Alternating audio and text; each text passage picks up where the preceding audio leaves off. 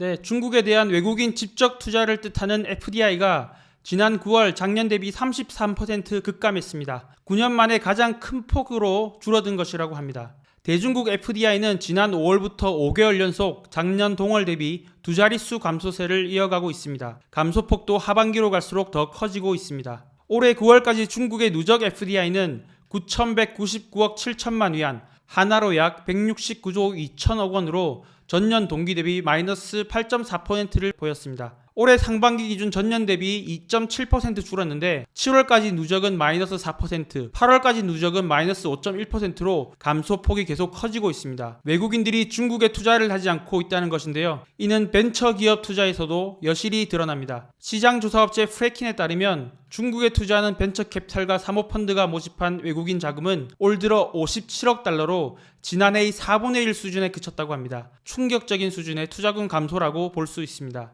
외국 기업들이 더 이상 중국에 재투자를 하지 않고 중국에서 거둔 이익을 밖으로 빼내고 있다고 볼 수 있습니다. 또 시진핑 국가주석의 공동부의 정책의 타겟이 됐던 플랫폼 기업과 온라인 교육업체 등이 정부 정책으로 한순간에 휘청이는 모습을 보면서 중국 기업에 투자하려는 수요가 위축될 수밖에 없다는 지적입니다. 증시에서도 외국인들이 자금을 빼고 있습니다. 하반기 들어서 매도 횡렬이 이어지고 있는데요. 외국인 투자자들은 선정과 홍콩 증시 교차 거래를 뜻하는 선강통, 상하이와 홍콩 증시 교차 거래를 뜻하는 후광통 제도를 통해서 중국 본토 주식의 위안화 주식을 거래할 수 있습니다. 이를 통칭해 북향 투자라고 하는데 지난 10월 한 달간 외국인 투자자들은 467억 위안, 하나로 약 8조 6,400억 원을 순매도했습니다. 외국인 투자자들은 지난 8월과 9월에도 모두 1,270억 위안을 순매도했는데 3개월 연속 매도세가 이어지는 것은 북향 투자가 시작된 이래 처음 있는 일이라고 합니다. 중국 증시도 외국인 매도 횡렬 속에서 끝없는 추락을 거듭하고 있습니다. 물론 외국인 투자금은 약 2조 3천억 위안 규모로 전체 중국 증시의 3%가 채 되지 않습니다. 외국인이 자금을 뺀다고 해서 증시에 아주 큰 영향을 줄 규모는 아니라는 것이죠. 하지만 외국인 투자자들의 매도 횡렬은 중국 시장에 대한 하나의 시그널이 될 수 있고 또 상징적 의미가 있다고 볼 수 있습니다. 그만큼 글로벌 투자자들이 중국 시장을 불안하게 본다는 징표가 될 수 있으니까요. 지난달 30일과 31일에는 금융공작회의가 열렸습니다. 시진핑 주석이 이를 직접 챙기면서 중국 안팎의 관심이 쏠렸습니다. 1997년 시작돼 5년 주기로 열려온 중국 금융공작회의는 금융산업의 리스크를 점검하고 중장기 목표를 설정하는 자리입니다. 금융 각 분야 경영자들과 인민은행 등 규제당국 고위급 인사들이 참석합니다. 시 주석은 2017년 5차 회의에 이어 이번 6차 회의도 직접 주재했습니다. 61조 달러 규모의 중국 금융에 대한 그립감을 더 강하게 가져가겠다는 의지를 보인 것이란 평가가 많습니다. 올해 3월 열린 전인대에서 공산당 내 금융공작위원회가 만들어졌는데 이 위원회는 은행과 보험, 증권 분야에 대한 감독 기능은 물론 인민은행도 감독하는 권한을 부여받았습니다. 이번 회의 때 위원회의 역할이 강조됐다고 합니다. 그동안 국무원 총리가 경제를 지휘하고 국무원 산하 인민은행이 금융 리스크를 관리해왔다면 시 주석 집권 3기가 본격화되면서 금융 부분도 공산당의 지도 감독을 강화하는 체제로 바뀌고 있음을 의미합니다. 심지어 국무원도 공산당 지휘 감독을 받는 국가기구로 바꾸는 국무원 조직법 개정안도 추진 중에 있습니다. 사회 전 분야에 공산당의 통일적 지도를 강화하는 방향으로 가고 있고 금융도 외일 수 없는 것이죠. 하지만 개혁 개방 이후 시장 친화적 정책을 펼쳐온 중국의 이 같은 변화는 해외 투자자들이 중국 진출을 꺼리는 또 하나의 요인이 되고 있는 것은 부인할 수 없습니다. 당 지도부가 금융 리스크 완화를 명목으로 직접 금융시장에 개입하겠다는 것인데 이는 규제 관련 불확실성이 더 커진다는 의미이기도 합니다. 이 밖에도 외국 기업과 돈이 중국에서 탈출하는 차이나 엑소더스 현상이 심화되고 있는 원인은 무엇일까요? 우선 미중 갈등이 적지 않은 영향을 미치고 있는 것으로 보입니다. 양국의 지정학적 갈등이 심화되면서 미국이 중국을 글로벌 공급망에서 배제하려는 움직임을 강화하고 있고 이에 해외 자본도 중국 재투자를 꺼리고 있는 것이죠. 미중 금리 격차가 심화되고 있는 것도 큰 원인입니다.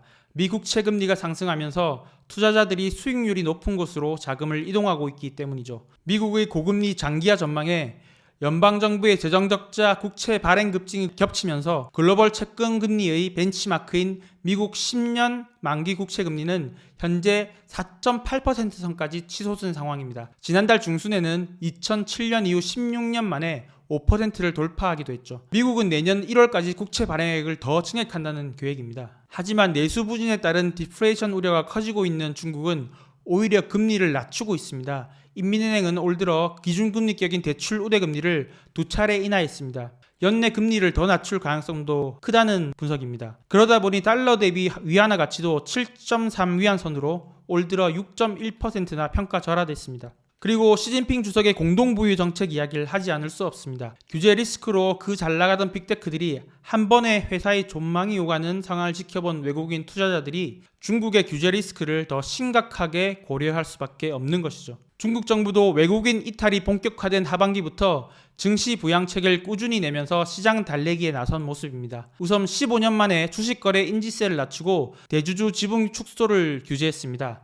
그런데 시장이 무너진 것에 비해서 너무 미약한 증시 대책이라는 이야기가 있었는데요. 지난 30일에는 중국 재정부가 보험사들의 주식 장기 투자를 허용하는 조치를 내놓았습니다. 기존 1년 단위 순자산 수익률 평가를 3년 주기로 일부 늘리는 방식을 통해서입니다. 운영 자금이 큰 보험사들이 주식 매수 행렬에 가담할 경우 주식 상승의 기폭제가 될 수 있습니다. 국부 펀드인 중국투자공사 CIC도 국내 투자 채널인 센트럴 후이진을 통해 주식 매수에 가담하고 있다고 합니다. 이것은 중국 정부가 증시가 더 이상 무너져서는 안 된다는 판단을 한 것이라고 볼 수 있습니다. 우리로 치면 국민연금 등 연기금이 주식 매입에 나서는 것인데 사실 가장 확실한 증시 부양책이라고 볼 수 있습니다. 중국 증시만 놓고 보면 아쉬운 점이 있다면 조금 더 기간 매수가 더 대규모로 더 빨랐어야 되는 게 아닌가 하는 생각은 듭니다. 외국인들뿐만 아니라 중국 부자들도 탈차이나 행렬에 동참하고 있다는 분석도 나옵니다. 중국 부유층 사이에서 올 들어 국제 불법 송금 조직을 활용한 현금 빼돌리기가 유행이라고 합니다. 중국에선 연간 5만 달러 한도 내에서 해외 송금이 가능합니다. 그래서 불법 송금 조직을 통해 환치기를 하는 것이죠. 은행을 통해 송금할 때보다 환전 수수료가 20에서 30% 비싸지만 합법적으로 거액을 해외로 옮길 수 있는 방법이 마땅치 않기 때문에 이를 감수하는 것입니다. 해외로 몰래 자금을 옮기는 지하경제는 공식적으로 확인되지 않고 있습니다. 하지만 그 규모는 상상을 초월한다는 게 중국 전문가들의 공통된 평가입니다. 2021년 중국 서부 간수성에서 이루어진 조사에서 약 14조 원 규모의 자금을 관리하는 불법 송금 조직이 적발되기도 했습니다. 중국 내 초부유층과 권력가들은 자산을 해외로 이전하고 싶을 때 외국 기업 M&A를 활용하기도 합니다. A 중국 기업이 실제 가격보다 비싼 값에 미국에 있는 B 기업을 사들이도록 한 뒤 차액을 현지에서 되돌려받는 식이죠. 예를 들어 알리바바가 미국에서 200억짜리 회사를 400억에 사들입니다. 그리고 200억을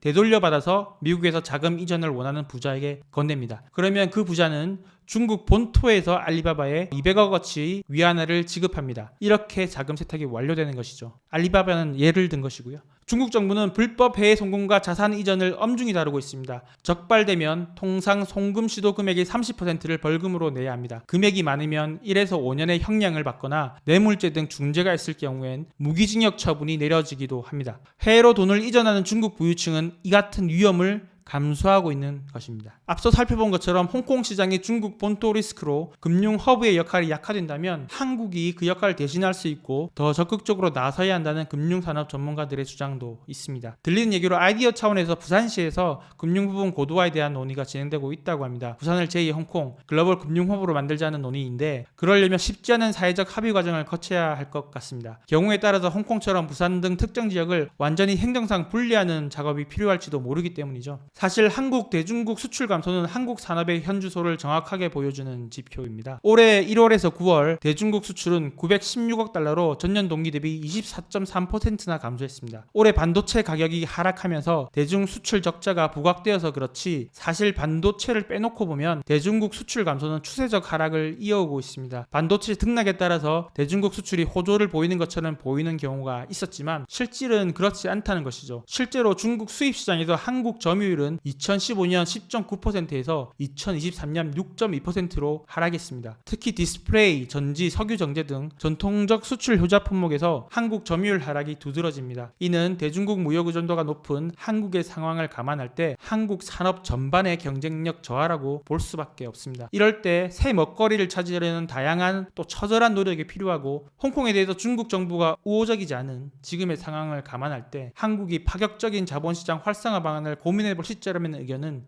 경청해봐야 될 주제가 아닐까 싶습니다. 지금까지 베이징에서 이준이었습니다. 감사합니다.